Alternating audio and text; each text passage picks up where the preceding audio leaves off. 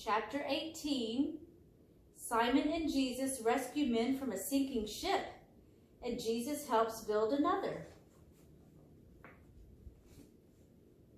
About a week later, Jesus joined us on the fishing boat.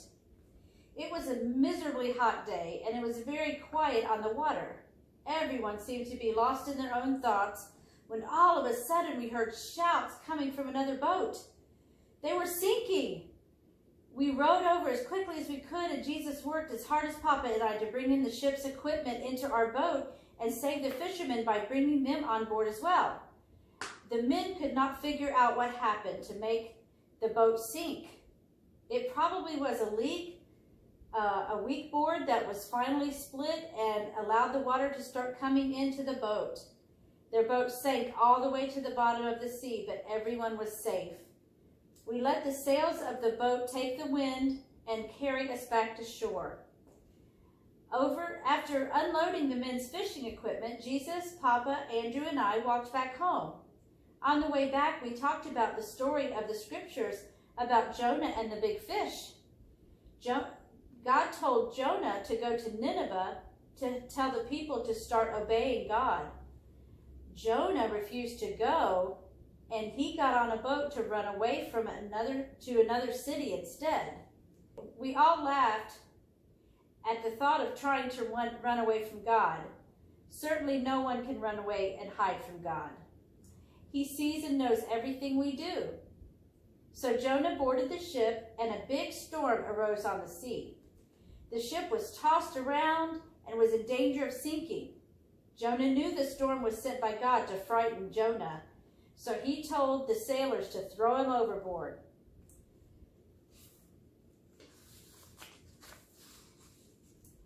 When they did, Joseph was swallowed up by a huge fish. Jonah stayed in the belly of the fish for 3 days and 3 nights.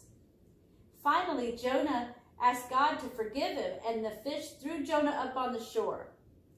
Jonah then went on to Nineveh, like God had told him to do. When God has a plan for you to do, we should do it in order to gain God's blessings that God will give us afterwards. News of how we helped the men in the sinking ship seemed to spread very quickly, but we kept thinking of Jesus' reaction to the other men that they were losing their way of earning money for their families. Once we got to the men safely on shore, he rushed to get them some water and asked if they needed something to eat. Their robes were wet, so he offered them blankets to get warm. Jesus was so comforting to these men who had just had a major loss. Their ship was how they made money to take care of their families. Jesus promised to help them build another boat for fishing.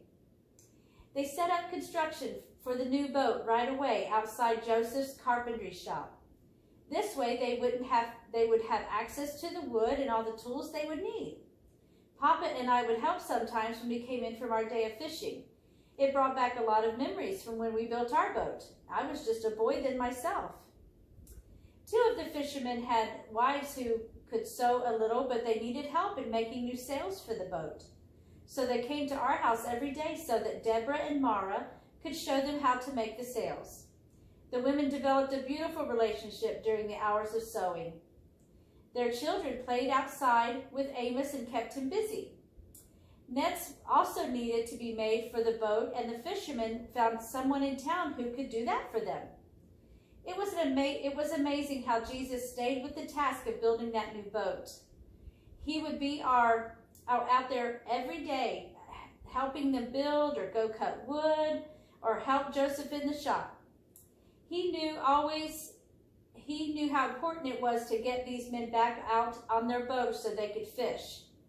Jesus was always as good as his word. When he promised something, he would make sure to do what he promised. He wanted only the best for the men and everyone he met.